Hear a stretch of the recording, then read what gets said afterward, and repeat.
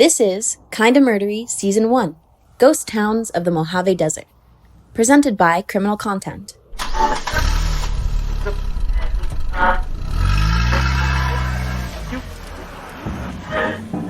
You're rocketing down the 15 freeway between Vegas and LA. It's a scorched wasteland of Airstream meth labs and unrelenting heat. This is no place you'd want to stop. But the car's on fumes, so you take the exit and you pull up to the gas station. It's abandoned, a concrete canvas that some local Michelangelos turned into the Sistine Chapel of spray paint penis. A grave marker for every crazy story lost in the desert sands. These are the ghost towns of the Mojave Desert. And this is Kinda Murdery.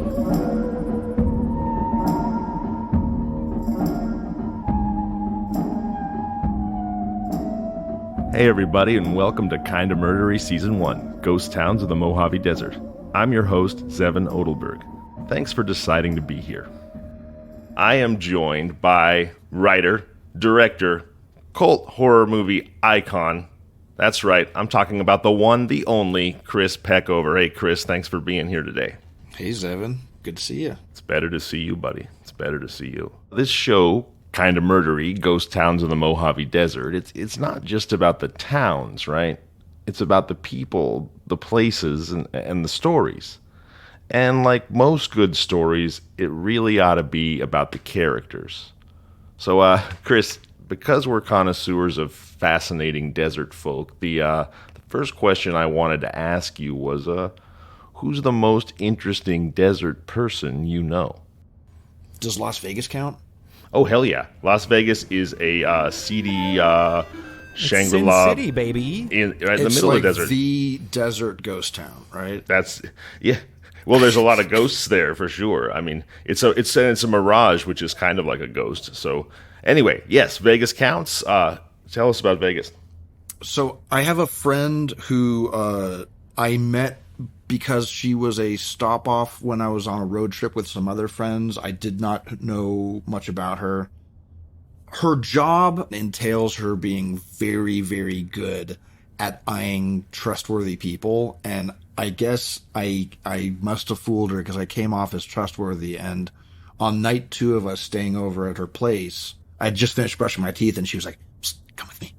And so I follow her into her garage, which was a very, a nice, big, but very ordinary garage. This was not a giant mansion. It was, like a regular sized house with a kind of like lots of dusty blankets all over the place in the garage. And she lifts one of the blankets and it was covering a refrigerator sized, like professional grade safe. Okay. And she says, like, don't look. And so I look away. She punches in the numbers and she opens it up. And it ends up she works or she previously worked at one of the major hotels there as a diamond dealer. Whoa. Like in their jewelry store. And she had, I'm not going to try to guess how much, but it had to have been at least $1 million worth of like diamonds. Damn. Oh and my gosh. Gold. And she loves gems and jewels. She's really like, she's a grader, so she can tell like, oh, this is C grade, like H clarity, diamond, or this sapphire is, like I don't know what the terminology is, but she was like, I'm one of the best people in the world. Like zero occlusions, etc. That's how she knew you were so awesome, man. She took one look at you and she graded you like like the diamond you are. That's it. That's how she knew she could trust you. Yes. She also probably noticed that I don't wear jewelry, so she got really excited about making all of us wear she iced you out. $100,000 worth of jewelry each.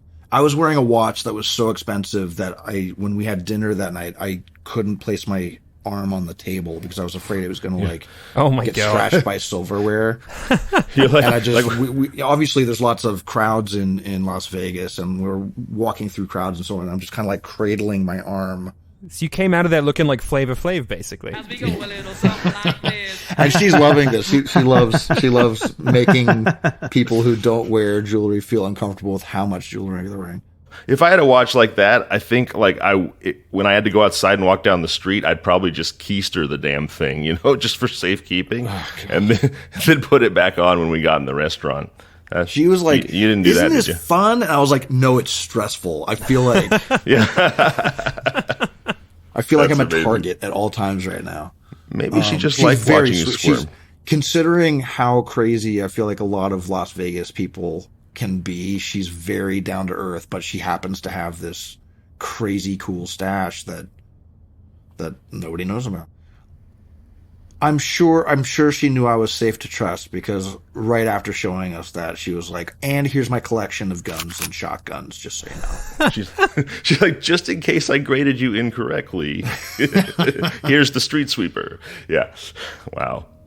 Well, that's our show for Sean Christensen, Adam Volrich, and of course, the imitable Chris Peckover. I'm Zevin Odelberg, and this has been Kinda Murdery.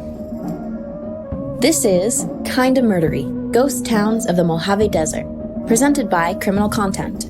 You can find us online at kindamurdery.com and on all social media at kindamurdery. Email us at contact@kindamurdery.com. Listen to us on all your favorite podcasting apps: Apple Podcasts, Spotify, Overcast, Google, and more.